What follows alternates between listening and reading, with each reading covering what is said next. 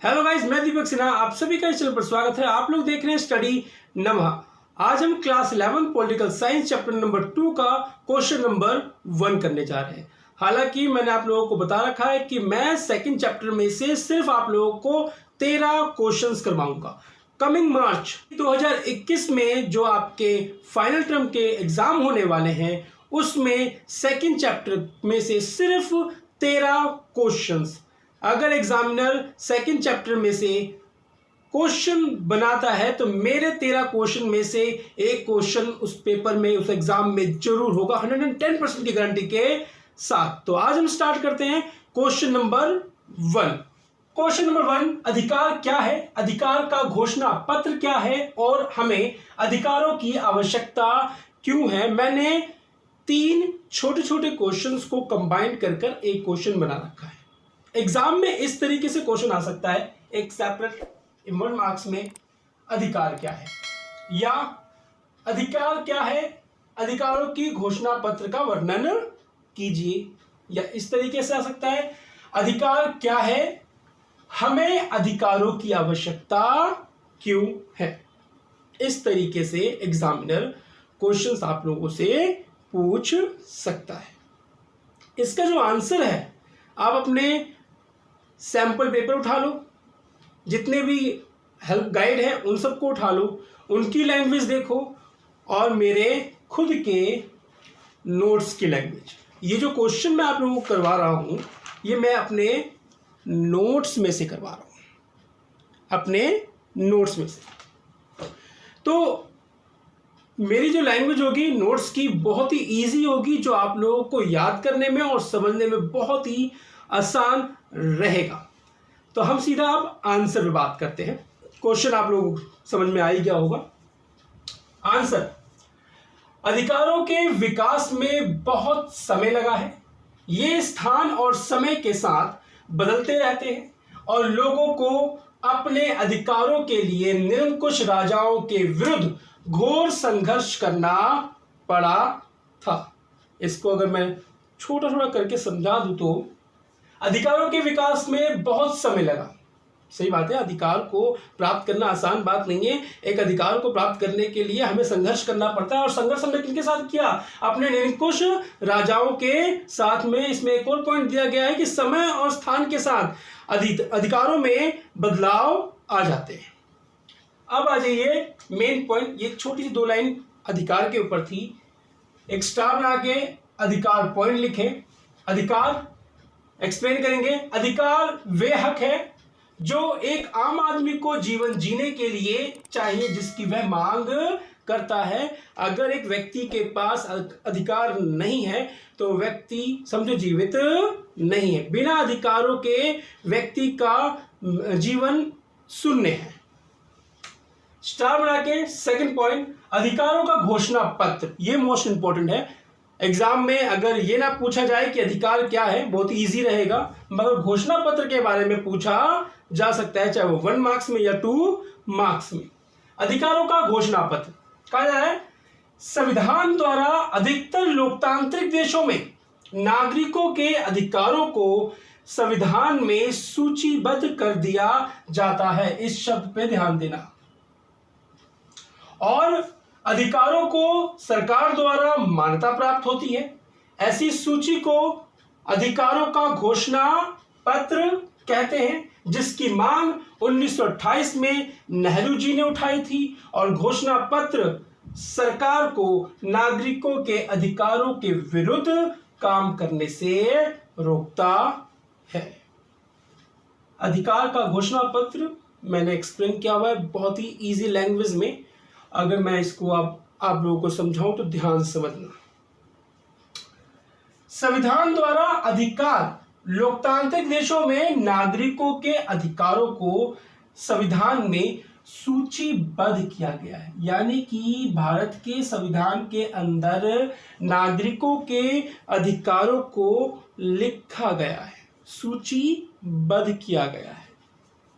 और अधिकारों को सरकार द्वारा मान्यता प्राप्त होती है।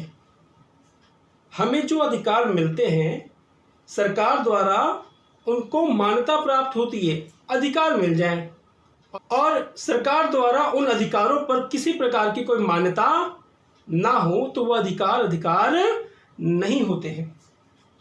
ऐसी सूची को, यानी कि अधिकारों की सूची जो संविधान में लिखी गई है, ऐसी सूची को अधिकारों का घोषणा पत्र कहते हैं, जिसकी मांग 1928 में नेहरू जी ने उठाई थी।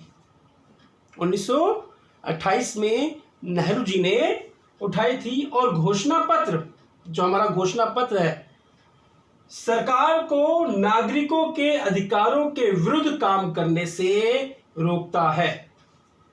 घोषणा पत्र, घोषणा पत्र क्या है? अधिकार जो सूचीबद्ध किया गया है, किसमें? संविधान में। तो जो हमारा घोषणा पत्र है, जो संविधान में सूचीबद्ध है, वो एक पावर है हमारे लिए, क्योंकि हमारे अधिकार इस घोषणा पत्र के अंदर वर्णित हैं। तो जो हमारी सरकार है, वो इन घोषणा पत्र में लिखे अधिकारों के ऊपर किसी प्रकार का कोई उल्टा कानून या नियम नहीं बना सकती। घोषणा पत्र, रिपीट करता हूं, घोषणा पत्र सरकार को नागरिकों के अधिकारों के विरुद्ध, जो हमारे पास अधिकार मिले हैं उसके विरुद्ध, उसके खिलाफ काम करने से रोकती है। यानी कि हमारे अधिकारों के विरुद्ध अगर कोई काम करती है सरकार, तो ये घोषणा पत्र उसको रोकने का काम करती है। तो घोषणा पत्र हमारा पर खत्म। फाइनल, हमें अधिकारों की आवश्यकता क्यों है? फर्स्ट पॉइंट, अधिकार मानव के व्यक्तित्व को संवारते हैं। अधिकार मानव के व्यक्तित्व को संवारते हैं, क्योंकि ये मानव की गरिमा की रक्षा, स्वतंत्रता व सामाजिक प्रगति के लिए आवश्यक है। सही बात है, एक व्यक्ति के व्यक्तित्व को संवारता है अधिकार। मेरे पास अधिकार है तभी तो मैं उन सारे अधिकारों का सदुपयोग कर रहा हूं। अगर एक व्यक्ति के पास अधिकार हो ही ना, तो वो समाज में क्या सर्वाइव कर पाएगा? किसी कीमत पर नहीं। तो एक नागरिक के पास अधिकारों का होना बहुत जरूरी है, क्योंकि वो अधिकार व्यक्ति के व्यक्तित्व, गरिमा की रक्षा, स्वतंत्रता और सामाजिक प्रगति के लिए बहुत ही आवश्यक है। सेकंड पॉइंट, लोकतांत्रिक देशों में अधिकारों का सूचीबद्ध होने से, आगे ना, सूचीबद्ध होने से यानी कि संविधान के अंदर लिखे होने से नागरिक भारत में अभिव्यक्ति, सभा सम्मेलन, संघ निर्माण और भारत में कहीं भी आने जाने की स्वतंत्रता होती है।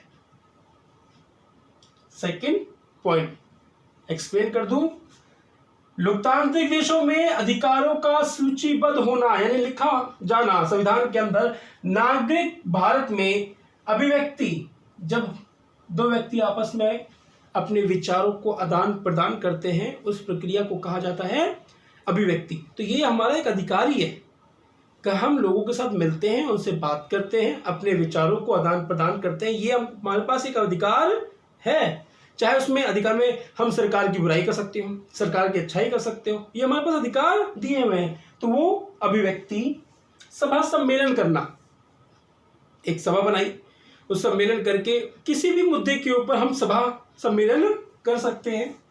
संघ निर्माण, समाज के अंदर जितने भी आप संगठन देखते हो, इन्हीं की उपज है। और भारत में कहीं भी आने जाने की स्वतंत्रता होती है। अधिकार है तभी एक व्यक्ति आजीविका कमाने के लिए एक राज्य से दूसरे राज्य में जाता है, शिक्षा प्राप्त करने के लिए एक राज्य से दूसरे राज्य में जाते हैं। आप लोग देखते हो बिहार से, यूपी से, उत्तराखंड से लोग दिल्ली यूनिवर्सिटी में पढ़ने के लिए आते हैं। दिल्ली के भी बच्चे, मेरी एक फ्रेंड है, वो बीएड करने के लिए राजस्थान गई हुई है। तो एक राज्य से दूसरे राज्य में आना जाना अधिकारों के कारण ही पॉसिबल होता है। इसके 2 पॉइंट नहीं 4 पॉइंट हैं। बोर्ड पे जगह कम थी, 2 पॉइंट में अपने बुक से कराया था, सॉरी नोट से कराया था। पॉइंट 3, अधिकार सरकार की मनमानी शक्तियों और कार्यों पर रोक का काम करती है। वैसे रिपीट कर दूं, अधिकार सरकार की मनमानी शक्तियों और कार्यों पर रोक का काम करती है। जो हमारे पास अधिकार है ना, उन अधिकारों का हम सदुपयोग करते हैं और सरकार को मालूम है कि जनता के पास जिस प्रकार के अधिकार संविधान के अंदर सूचीबद्ध हैं, हम उन अधिकारों के विरुद्ध नहीं जा सकते। इसलिए अधिकार सरकार की मनमानी, सरकार किसी प्रकार की मनमानी हमारे अधिकारों को लेकर करे, वो बिल्कुल नहीं कर सकती। एंड लास्ट पॉइंट, न्यायालयों द्वारा अधिकार लागू कराए जाते हैं जिसमें कोई भी व्यक्ति लोकहित में मुकदमा दायर कर सकता है। यह लोकहित मुकदमा कहलाता है। रिपीट, न्यायालयों द्वारा अधिकार लागू कराए जाते हैं जिसमें कोई भी व्यक्ति लोकहित में मुकदमा दायर कर सकता है, यानी कि समाज के अंदर किसी प्रकार की कोई घटना हो रही है जो समाज के लिए बिल्कुल अच्छी नहीं है। एक व्यक्ति ने लोकहित को देखते हुए मुकदमा दायर कर दिया, तो न्यायालय उस मुकदमे को देखती है और उस मुकदमे के दायरे को देखते हुए न्यायालय अधिकार भी लागू करती है। तो ये था हमारा क्वेश्चन नंबर 1। नेक्स्ट वीडियो में क्वेश्चन नंबर 2 लेके आऊंगा। अभी भी मैं कह रहा हूं सेकंड चैप्टर में से सिर्फ 13 क्वेश्चन कराऊंगा। मार्च 2021 यानी फाइनल टर्म में जो आपका एग्जाम आने वाला है, उसके अंदर इन 13 ही क्वेश्चन में से कोई एक क्वेश्चन जरूर होगा 110% की गारंटी के साथ। अगर ना आए ना, तो कमेंट बॉक्स तो आपके पास है ही, आप कुछ भी लिख सकते हो। 7 साल का एक्सपीरियंस दे रहा हूं। तो मिलते हैं क्वेश्चन नंबर 2 में। अपना और अपने परिवार का ध्यान रखें, अधिकारों के प्रति जागरूक रहें। जय हिंद, जय भारत।